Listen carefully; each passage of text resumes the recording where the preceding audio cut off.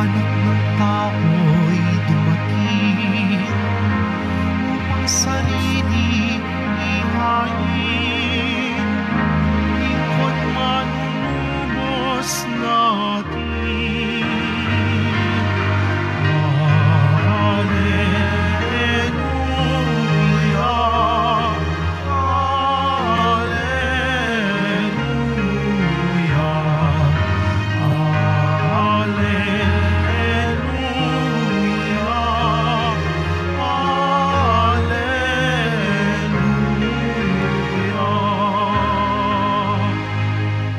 Sumainyo ang Panginoon. At sumaiyo rin. Ang mabuting balita ng Panginoon ayon kay San Lucas. Papuri sa iyo, Panginoon. Noong panahong iyon, nagtalo-talo ang mga alagad kung sino sa kanila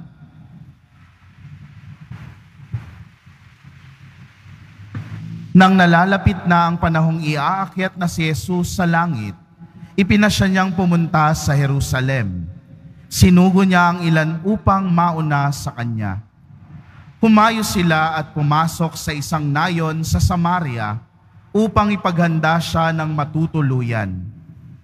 Ngunit ayaw siyang tanggapin ng mga Samaritano sapagkat siya'y patungo sa Jerusalem. Nang makita ito ni Santiago at Juan ay kanilang sinabi, Panginoon, payag ba kayong magpababa kami ng apoy mula sa langit upang pugnawin sila? Ngunit bumaling siya at pinagsabihan sila, Hindi ninyo alam kung anong uri ng espiritu ang sumasa inyo. Sabi niya, sapagkat naparito ang anak ng tao, hindi upang ipahamak ang mga tao, kundi upang iligtas sila. At nagtungo sila sa ibang nayon.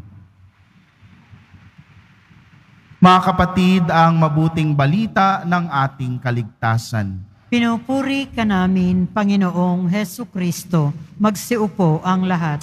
Isang pinagpalang hapon po sa ating lahat. Good afternoon. At sa mga kasama po natin sa ating live streaming sa iba't ibang social media platforms ng Quiapo Church, ang pagpapala ng Pong Jesus Nazareno ay sumainyo, nasaan mang dako kayo ng Pilipinas o saan man dako kayo ng mundo. Isa yata sa pinakamasakit na karanasan ng tao ay yung ma-reject ka. Ewan ko kung ako lang, pero hindi ba pagka hindi ka tinatanggap, lalo ng mga kakilala, kaibigan o kamag-anak mo mismo, nakakabigat ng kalooban, nakakasakit ng kalooban.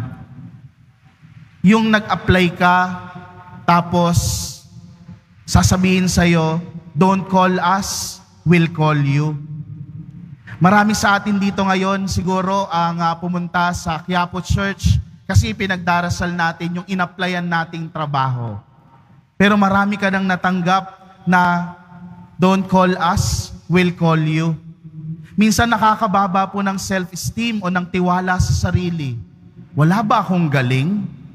No? Hindi ba sapat yung aking credentials o yung husay ko para sa trabaho? O kaya naman, yung kahit ginalingan mo na ng todo, yung tipong 101% mo na yung ibinigay mo, pero hindi ka pa rin ma-promote sa trabaho mo. Mas nauunahan ka pa ng mga sumunod sa iyo na pumasok sa kumpanya.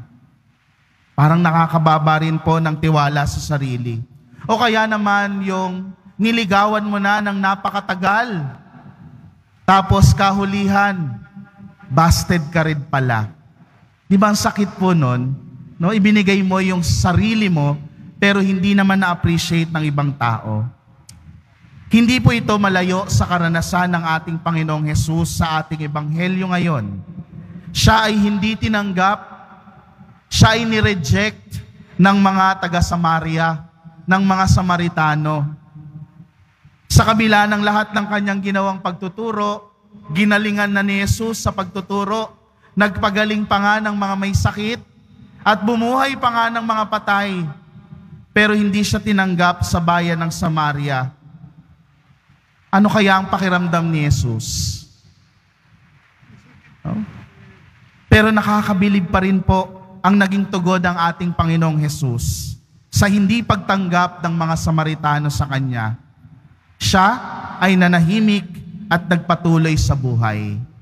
Hindi katulad ng nangyari kay Santiago at kay San Juan, kanyang mga apostol. Parang sumama yata ang loob at anong sabi, Lord, gusto mo? Paulanin na lang natin ang apoy dito para mawala na yung mga Samaritano na yan. Ayaw tayong tanggapin eh. Unang-una siguro, kung bakit ganito ang naging tugon ni Jesus, no?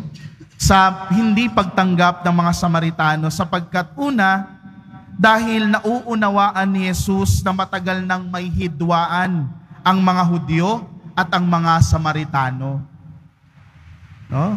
Old Testament pa lang, mahabang kwento na po ang hindi pagkakaunawaan ng mga Hudyo at ng mga Samaritano. Kaya nang marinig ng mga Samaritano, pupunta yan ng Jerusalem. Alam nilang mga Hudyo, itong mga ito, si Jesus at ang kanyang mga kasama. Kaya nung sabi, hindi kayo pwede dito. Malinaw kay Jesus yun. Nauunawaan niya ang nakalipas at kasaysayan ng mga nangyari, kaya naging mahinahon ang kanyang pagtugon sa hindi pagtanggap. Tayo kasi minsan, yung pangunang bugso pa lang, yung pakiramdam mo pa lang, hindi ka na tinatanggap, nire-reject ka na. Minsan, nag-aalimpuyo na tayo sa galit. Tapos, worse dyan, hahanap ka pa ng kakampi. Ito namang mga kaibigan mo na nakikinig sa, oo nga, dapat yan, anuhan mo, patulan mo, dapat yan, bungangaan mo rin yan. Wala na. Hindi na maganda ang naging resulta. Hindi ba? No? Pero si Jesus, tinuturuan tayong maging mahinahon sa harap ng mga hindi pagtanggap sa buhay. Ikalawa siguro na kahit sina Santiago at Juan ay nagpadalos-dalos sa kanilang mga emosyon o dahil sa kanilang galit, hindi nagpadala si Jesus sapagkat tinuturuan niya na mahalagang aral ang mga ito. Hindi tama na gantihan ng masama ang mga gawaing masama sa iyo ng kapwa. No? Isang gusto natin yung gantihan, to get even. No, mabalikan, maging patas-patas o quits tayo. Kasi sinaktan mo ako, saktan kita. No? Minsan ganyan po ang nagiging ugali natin. Hindi tama na gantihan ng masama ang gawang masama. Sapagkat isipin ninyong maigi, ang masama, pag ginantihan ng masama, patuloy lang, na mangyayari. Hindi mapuputol yung gawaing masama. Maganda sa halimbawa ni Jesus ay yung nanahimik muna saglit at unawain ang sitwasyon. Yan din ang tinuturo sa atin ngayon. Lawakan natin yung ating pangunawa. Lawakan natin yung ating pag-intindi sa bawat sitwasyon, lalo na sa mga pagkakataon ng hindi pagtanggap sa atin. At marirealize natin sa huli, hindi naman pala tapos ang buhay doon. Kailangang kumilos, kailangang mag-move on. Kailangang magpatuloy ang buhay. Mga kapatid, normal lang ang makaramdam ng galit kapag ikaw ay hindi tinatanggap o nire-reject, lalo na alam mo na mabuti naman yung nais mo para sa kapwa mo. Sinong matutuwa pag ikaw ay nireject? Normal lang yan. No? Pakiramdam natin yan bilang tao. Pero hindi tama ang magbitiw ng masakit na salita or worse, ay manakit ng ating kapwa dahil nasaktan tayo.